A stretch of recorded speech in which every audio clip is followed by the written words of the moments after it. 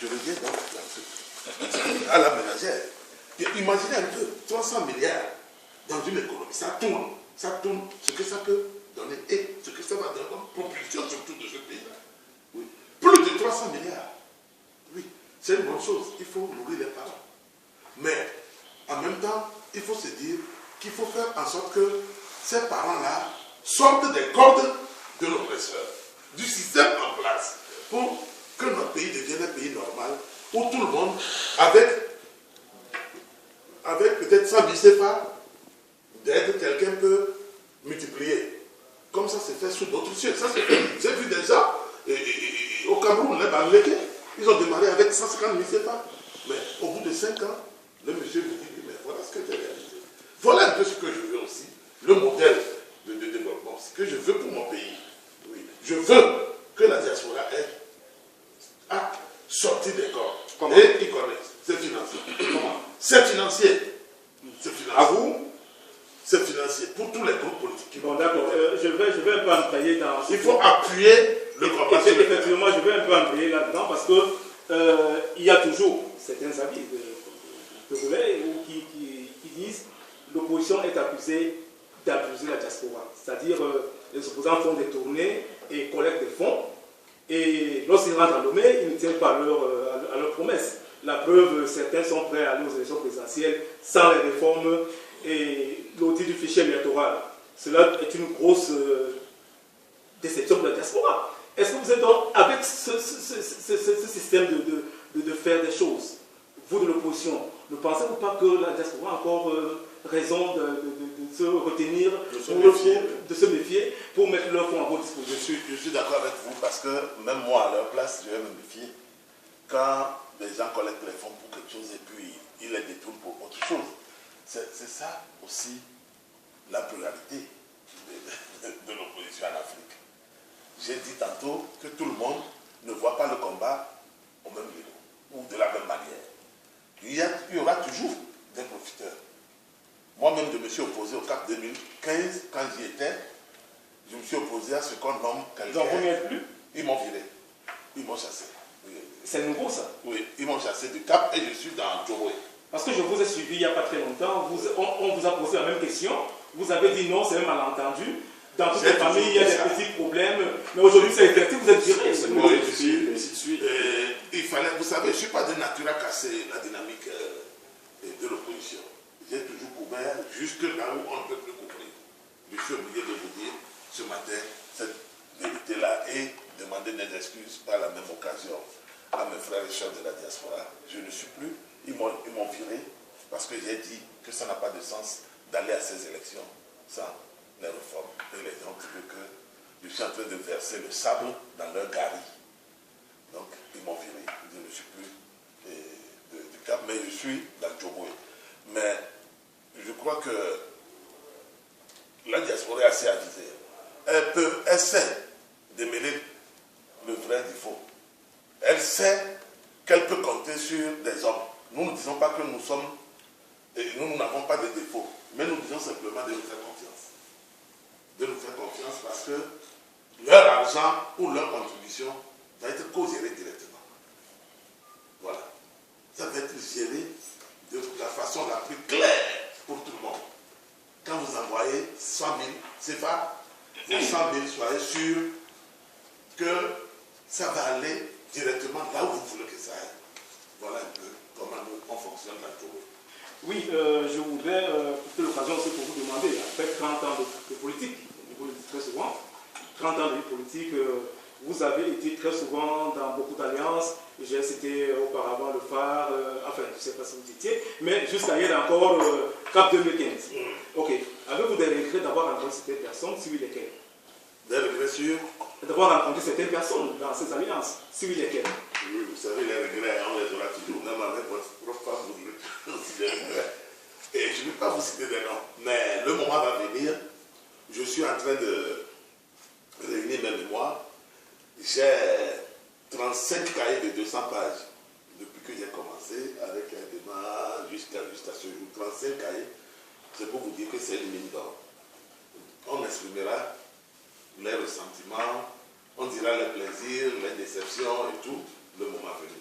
Mais je voudrais repréciser que Tchoboué ne s'inscrira jamais dans l'optique d'aller à une quelconque élection sans réforme. Imaginez un peu que nous tous nous mettons ensemble pour pousser M. Favre à devenir président de la République togolaise avec une mauvaise loi. Le premier bâton qui va retourner, c'est contre nous. Il n'acceptera plus faire de réforme. C'est pour cela que nous nous opposons à ce que nous voulons une loi propre. Ça nous permettra de nous asseoir et de faire une alliance électorale. On sait qui doit faire quoi après avoir obtenu les réformes. Pour nous, aujourd'hui, nous ne parlons pas de partage du pouvoir. Nous ne sommes pas encore... Ce chapitre n'est même pas encore ouvert. Nous disons qu'il faut libérer le pays. Une fois libéré le pays, on fait maintenant une alliance électorale derrière un seul candidat et on sait, comme l'armée togolaise est peut-être à 95% Kabila, on peut dire M. Kabouanaka est ministre de la Défense pour parler Kabila tous les matins à ses frères pour se calmer, etc. Tel va être ministre du Commerce, tel autre ceci, cela. Aujourd'hui, nous ne sommes pas encore dans ce schéma. Il faut libérer le pays. Si nous apportons M. Fabre avec la mauvaise loi, c'est contre nous qui va retourner le bâton. Je le dis de façon très sincère. Mais c'est un dilemme. Ah oui, chef. C'est un dilemme. Et ça, il faut que les gens comprennent cela. Il faut dire la vérité. Pourquoi les gens sont pressés d'aller à ces élections avec une mauvaise loi? Et les gens disent que le peuple va descendre. Le peuple va descendre où? Il fait quoi? Vous connaissez très bien la névrosité de l'armée togolaise. Il y a 5 jours, ils sont rentrés dans un canton au centre de Lomé du Togo qui s'appelle Gléi, pour massacrer des familles entières des élèves qui réclamaient, n'est-ce pas, un bon traitement pour leurs enseignants. Et que fait l'opposition dont vous êtes? Qu'est-ce que vous faites? Vous ne sollicitez pas l'aide des organisations internationales, des bailleurs de fonds, attirer l'attention internationale pour qu'ils sachent véritablement ce qui se passe autour de nous le faisons et grâce à nous, vous avez vu qu'une heure après, les images étaient sur Internet. Je veux parler de Tchoboué. Nous avons dénoncé. Nous avons fait une conférence de presse à Lomé. Donc mes collègues ont fait une conférence de presse à Lomé pour attirer l'attention de la communauté internationale. Nous avons envoyé des courriers à l'ambassade d'Amérique et au groupe des 5, enfin les pays les plus représentatifs, y compris l'Union européenne, au Togo. Mais parfois, vous vous demandez s'il n'y a pas une complicité quelque part.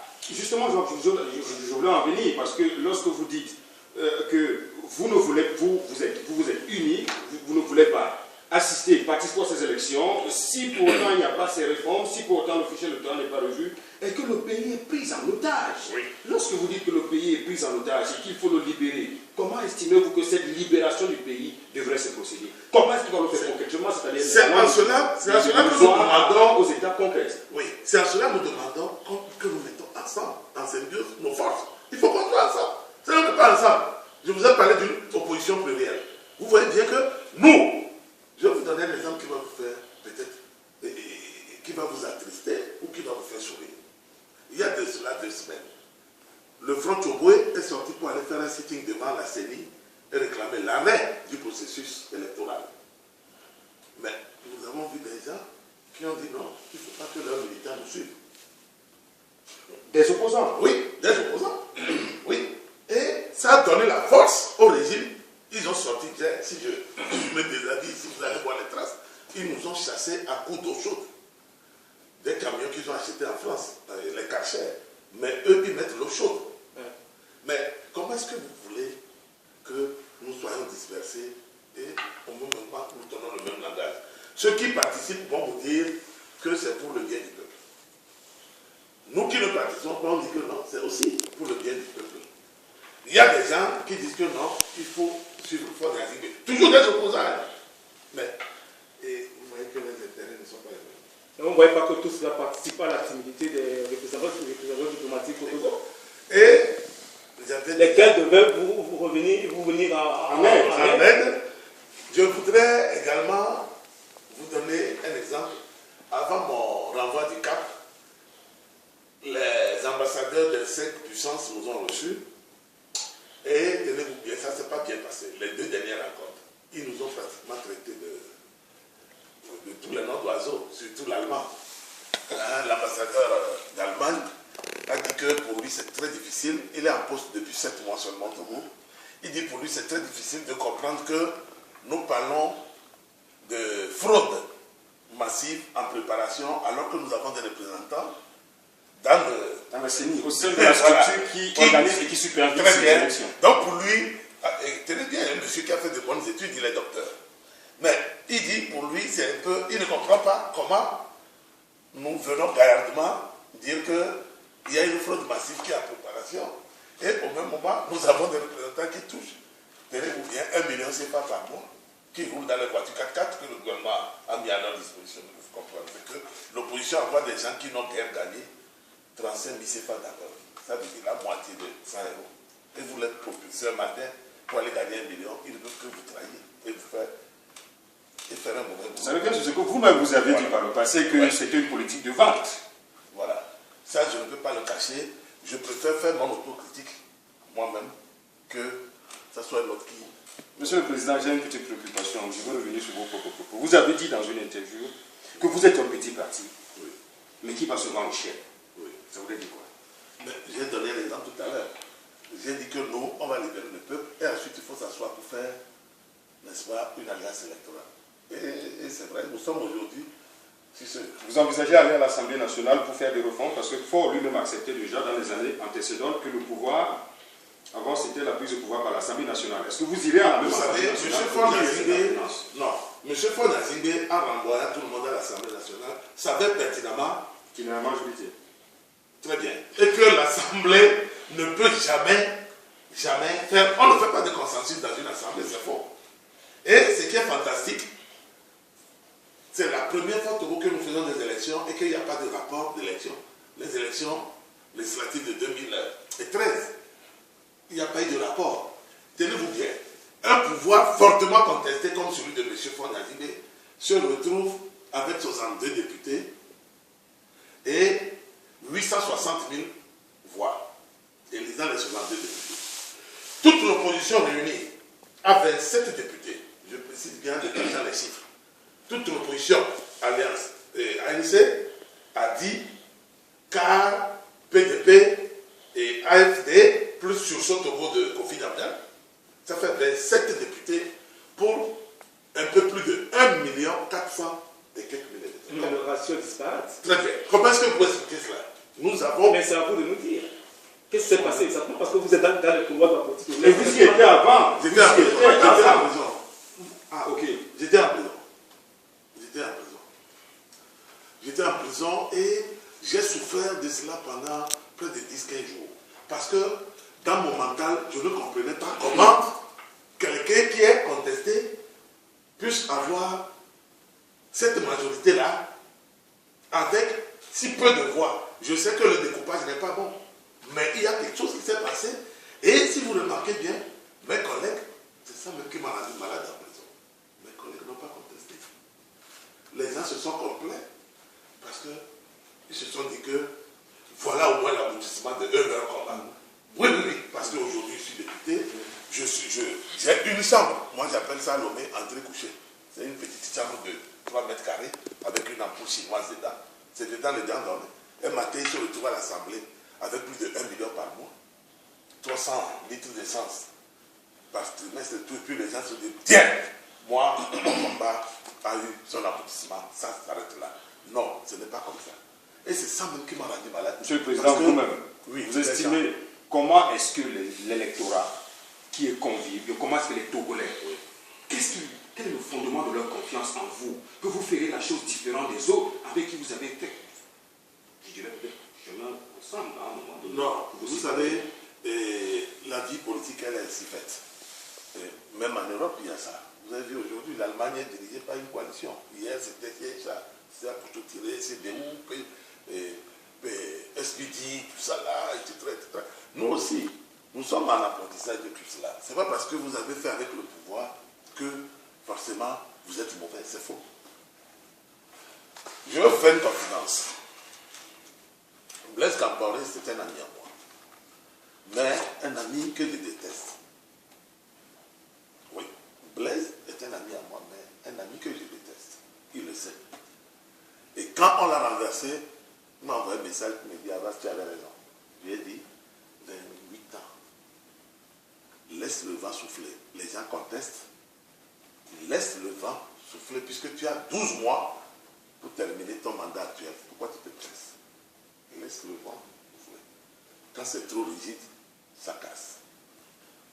Quand j'ai raccroché avec lui, j'ai appelé Djibril Bassonné, qui s'est déclaré candidat pour les prochaines élections. J'ai dit, grand frère, je viens de parler avec le PF, moi je l'appelle PF, président du Faso. Il a rigolé, il dit, ah, nous sommes... Il dit, oui, il faut mettre balle à terre, vous avez 12 mois pour boucler, mais vous savez, quand le pouvoir vous emballe et vous embarque, vous n'êtes plus un homme normal. Non, vous n'êtes plus un homme normal. J'ai vu ça avec Yadema. Yadema était un seigneur. Il s'est toujours pris jusqu'à la fin de sa vie comme un seigneur. Vous avez vu quelqu'un sorti du néant.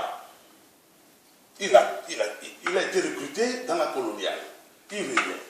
Il devient président. Avion avec tout le luxe possible. Vous avez les robinets en doré, hein, couleur or doré. Chambre à coucher dans l'avion en l'air. Vous comprenez? Mais il n'est plus... Il faut approcher pour voir que l'homme est changeant.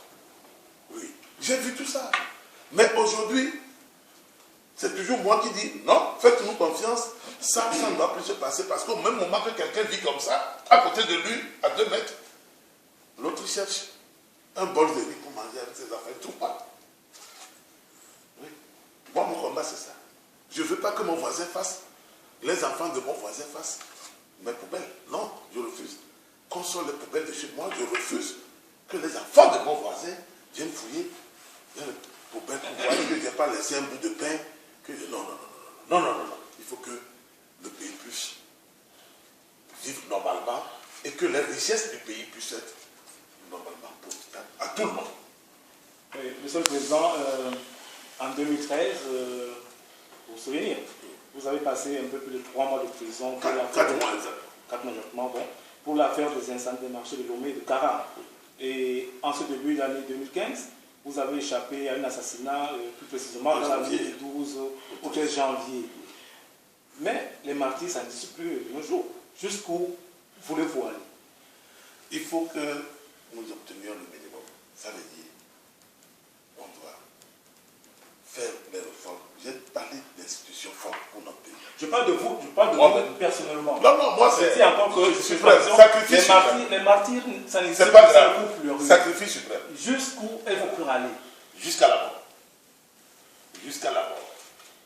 Vous savez, j'ai refusé beaucoup de choses. J'étais à l'hôpital à Paris, j'étais opéré, j'étais à l'hôpital. Quand les 2 marchés ont été incendiés, mais ce qu'on m'a proposé, je le sais, ce n'est pas des petits sous. Non, ça fait beaucoup. Quand vous avez 3 millions d'euros, chef, vous n'êtes pas loin de 2 milliards CFA. Vous pouvez les prendre et votre vie est assurée. Mais j'ai dit non, moi je ne mange pas de ce pain-là. Je ne me vois pas en train d'accuser des gens qui n'ont rien fait. C'est de toute façon par moi que cette conviction-là, que ce n'est pas l'opposition qui a incendié les marchés de Cara et de Lomé, est venue. C'est bon. Aujourd'hui, quand les gens font leur petit cinéma, je les regarde manger. C'est bon. C'est par moi qu'on a su que il y a quelque chose qui se passe. J'ai refusé. Lors de mon audition, j'ai exigé que ça soit inscrit dans le PV. Sinon, je ne signe pas le PV. Oui. Vous ne pouvez pas m'approcher d'accuser des innocents. Je refuse. Moi, j'ai des croyances. Je crois en Dieu. Moi, je crois en Dieu. Si vous voyez les petits bambins, quand j'en parle, ça me révolte. Vous connaissez mon âge? J'ai plus de 50 ans. Des bambins m'ont frappé comme un malpropre dans la rue. Vous comprenez? Non, je ne le ferai pas. Mais le taureau va être libéré. Avec ou sans les autres, le taureau va être libéré. Quel que soit Alpha. Oui, Président, comme j'ai dit tout à l'heure, il y a une opinion qui vous trouve d'être un justicier, c'est-à-dire que vous portez la cause togolaise en vous, mais regrette quand même un peu que peut-être que si vous en êtes encore là aujourd'hui, c'est un peu à cause de votre naïveté. Vous allez dans les alliances où des gens tirent leur épingle du jeu, vous restez dans les couloirs, ainsi de suite. Et vous avez relevé tout à l'heure que vous avez une bonne proposition pour quitter dans votre quotidien. Mais est-ce que vous ne pensez pas qu'à un moment donné, tout cela prête un peu à confusion par rapport à votre personne? Si on peut vous voir de l'autre côté alors que vous avez votre propre logique. Non, pas du tout. Vous savez, dans la vie, il faut avoir une conviction. Ce que votre conscience ne vous envoie pas vers ça. Pourquoi il faut forcer? Peut-être c'est ça. Peut-être espérons que le moment viendra. Pour le moment, ce n'est pas le cas. Mais c'est retard pour vous. Je ne pense pas parce que je suis fonctionnaire d'État, je suis cadre, j'aurai ma retraite, mes enfants ont cette retraite-là. J'ai deux petits champs.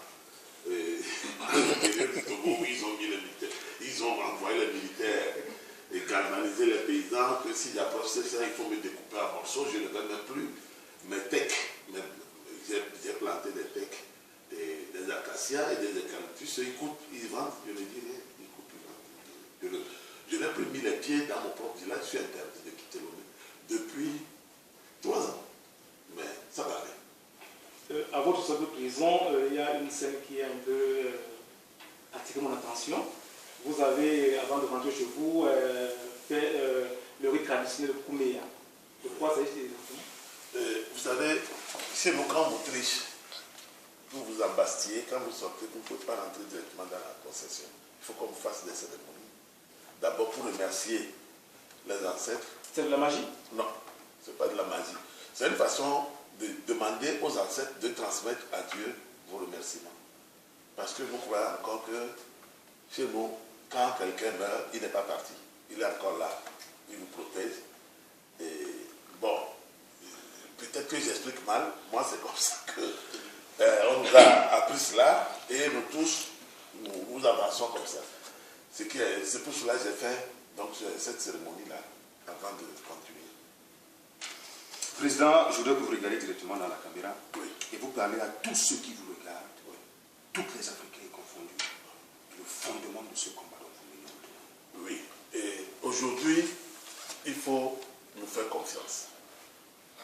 Frères togolais, togolaises, frères africains résidant en Europe ou sous d'autres cieux, le Togo est en danger. Faites-nous confiance.